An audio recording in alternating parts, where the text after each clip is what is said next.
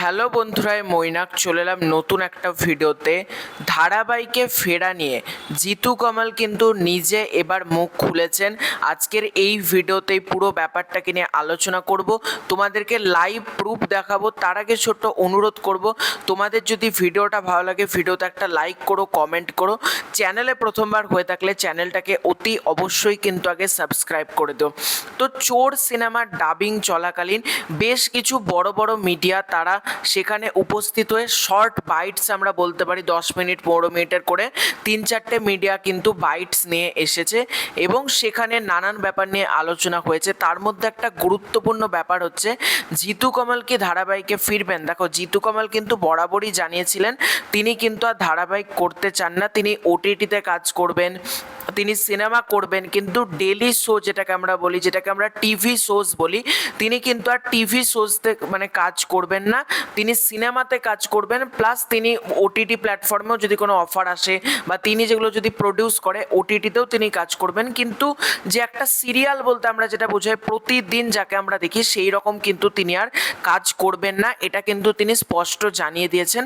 তো এই ব্যাপারটাকে নিয়ে এই জানানোটা তো জিতু কামাল আজ থেকে 4-5 মাস আগে জানিয়েছিল, কিন্তু রিসেন্টলি জিতু কামাল এই পুরো ব্যাপারটাকে নিয়ে মুখ খুলেছে।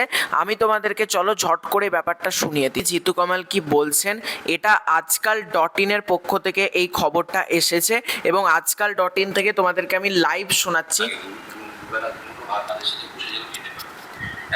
বাকি কি কি বলছে কিছু ছোট কথা এখন পড়ার তো কোনো ইচ্ছে নেই আমার, এবং আমার কাছে বহু মানুষের কল আসে যারা জিতুকে যেহেতু তৈরি করেছে তাদের অনুরোধ আসে, যেটা অনুরোধ হিসেবে নিই না আমি, তাদের মুখের দিকে তাকিয়ে কখন যদি মনে হয় নিশ্চয়ই তোমরা জানতে পারবে। কিন্তু যে যন্ত্রণা, যে ব্যথা, এক জায়গায় যেতে যেতে যেতে যেতে মনে হলো যে কি হচ্ছে। আর একবার তোমাদেরকে শুনিয়ে দিই কথাটা। এতটুকু বাকি কি কি বলছে কিছু ছোট কথা এখন পড়ার তো কোনো ইচ্ছে নেই আমার, এবং আমার কাছে বহু মানুষের কল আসে যারা জিতুকে যেহেতু তৈরি করেছে তাদের অনুরোধ আসে, যেটা অনুরোধ হিসেবে নিই না আমি, তাদের মুখের দিকে তাকিয়ে কখন যদি মনে হয় নিশ্চয়ই তোমরা জানতে পারবে। কিন্তু যে যন্ত্রণা, যে ব্যথা, তোমাদেরকে আমি শুনিয়ে দিলাম জিতু কামাল কি বলছেন। এবং জিতু কামাল এখানে কিন্তু ক্লিয়ারলি বলছেন যে এই মুহূর্তে এখন তার ছোট পর্দায় ফেরার কোনো ইচ্ছে নেই, কিন্তু যে দর্শকেরা তাকে জিতু কামাল বানিয়েছে সেই দর্শকেরা যদি ভবিষ্যতে চায় সে কিন্তু আবারও ধারাবাহিকে ফিরতে পারে এবং সেটাও কিন্তু আমরা জানতেই পারবো।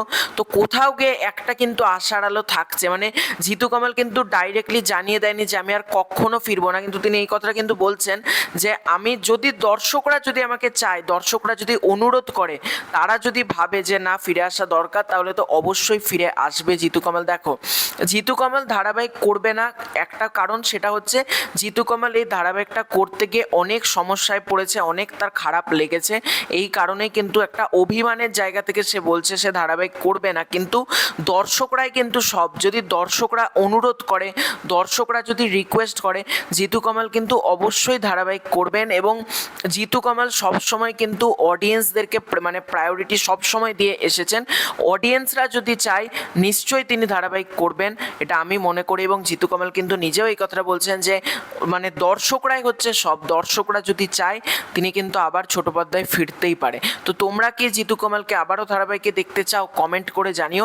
এবং তোমরা কিন্তু যারা দেখতে চাও অলরেডি কিন্তু তোমরা কমেন্টস করা শুরু করে দাও, এখন থেকে কিন্তু কমেন্টস করা মাস্ট। তো এটাই ছিল আজকের ভিডিও। তোমাদের পুরো এন্টার বিষয়টাকে নিয়ে কি মতামত কমেন্ট করে জানিও। খুব শীঘ্র দেখা হচ্ছে নতুন কোনো ভিডিওতে। চ্যানেলে প্রথমবার হয়ে থাকলে চ্যানেলটাকে অতি অবশ্যই কিন্তু আগে সাবস্ক্রাইব করে দিও। Bye bye.